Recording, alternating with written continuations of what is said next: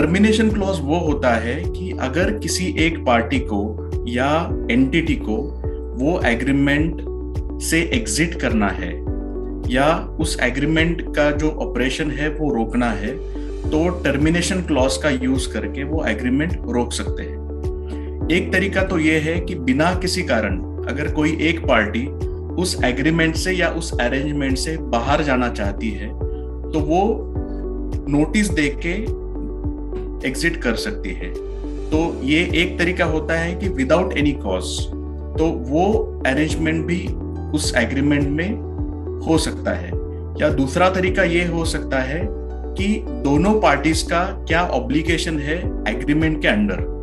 जैसे कि दो पार्टीज है या एक इंडिविजुअल है और एक कंपनी है, तो दोनों पार्टीज ने क्या करना है कि ये एक पार्टी ये 5 काम करेगी, ये दूसरी पार्टी ये 5 काम करेगी, और दोनों पार्टी में से किसी एक पार्टी ने अपना काम या ऑब्लिगेशन अगर नहीं किया तो दूसरी पार्टी जो होती है उसको ये राइट होता है कि वो डिफॉल्टर पार्टी को, जिस पार्टी ने अपना ऑब्लिगेशन या अपना रिस्पॉन्सिबिलिटी एग्रीमेंट के अंडर जो बनता है वो अगर पूरा नहीं किया है, तो वो उसको इंडिकेट करे कि देखिए एग्रीमेंट के हिसाब से आपको ये करना था मगर आपने किया नहीं है, तो प्लीज आप अगले 15 दिनों में या 30 दिनों में जैसे भी उनको फिजिबल हो वो उनको एक अपॉर्चुनिटी दे, एक चांस दे कि प्लीज आपका जो ऑब्लिगेशन है या आपको जो करना था वो आप कंप्लीट करिए,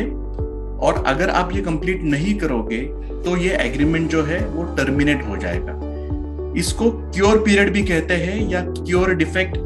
नोटिस भी आप कह सकते हो, जिसमें एक अपॉर्चुनिटी दी जाती है, डायरेक्टली टर्मिनेशन नहीं होता है। तो उस टाइम लिमिट में भी अगली पार्टी या ऑर्गेनाइजेशन उनका जो ऑब्लिगेशन है वो अगर कंप्लीट नहीं करती है तो पहली पार्टी को राइट बनता है कि वो एग्रीमेंट टर्मिनेट करे। कई बार आपने देखा होगा कि छोटे से छोटे एग्रीमेंट से लेके बड़े बड़े कॉन्ट्रैक्ट्स में टर्मिनेशन क्लॉज तो लिखा होता है,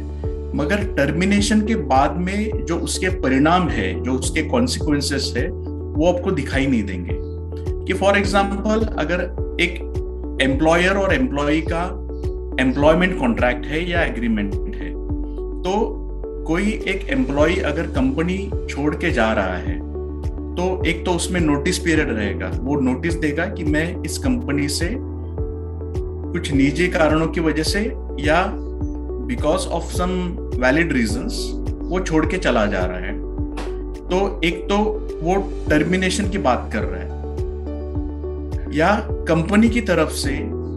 एम्प्लॉय को निकाला जा रहा है। फ्रॉम आइदर साइड्स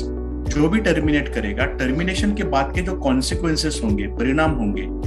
उस पे भी क्लैरिटी होना या बात करना काफी जरूरी है। जैसे कि कंपनी ने अगर उस एम्प्लॉय को कुछ अपने प्रोडक्ट्स या सर्विसेज दिए हैं, या कंपनी ने उसको कुछ लैपटॉप दिया है, बुक्स दिया है, तो एम्प्लॉय का एक दायित्व बन सकता है कि वो कंपनी ने दिए हुए जो प्रोडक्ट्स है या सर्विसेज है वो उनको रिटर्न करे, या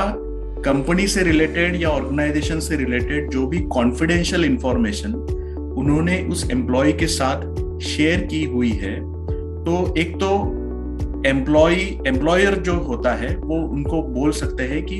टर्मिनेशन के बाद आपको वो कॉन्फिडेंशियल इंफॉर्मेशन जो आपके साथ शेयर की गई थी, ताकि आप आपका जॉब कर पाए या कंपनी का जो काम है वो कर पाए। अभी आप कंपनी छोड़ के जा रहे हो तो आपका ये दायित्व बनता है कि वो कॉन्फिडेंशियल इंफॉर्मेशन या वो जो प्राइवेट इंफॉर्मेशन है which is related to the policy of the company, वो आपको डिस्ट्रॉय करना है। और उसके बाद उस एम्प्लॉय का भी दायित्व बनता है कि वो इंफॉर्मेशन वो एक तो उनको वापस दे, रिटर्न दे या डिस्ट्रॉय करे, और कंपनी से वो एक्नॉलेजमेंट ले कि जैसे आपने कहा था, मैंने टर्मिनेशन के बाद मेरे साइड से जो मेरी जिम्मेदारी थी, आपके सारे प्रोडक्ट्स या सर्विसेज जो आपने मुझे दिए थे वो मैंने आपको रिटर्न कर दिए हैं। आपने मेरे साथ जो इंफॉर्मेशन शेयर की थी वो इंफॉर्मेशन भी मेरी एंड से मैंने डिस्ट्रॉय कर दी है, और प्लीज आप इसके ऊपर एक्नॉलेज करें और मुझे रिलीविंग लेटर दे दें। तो इस तरीके से उन दोनों पार्टीज का जो एक दूसरे के साथ का जो कॉन्ट्रैक्चुअल रिलेशनशिप था वो पूरी तरीके से खत्म हो जाएगा। तो ये एक टर्मिनेशन क्लॉज का एक सीक्वेंस होना चाहिए और इस तरीके से दोनों पार्टीज ने एक दूसरे के साथ टर्मिनेशन स्मूथली इफेक्ट में लाना है। Thank you so much.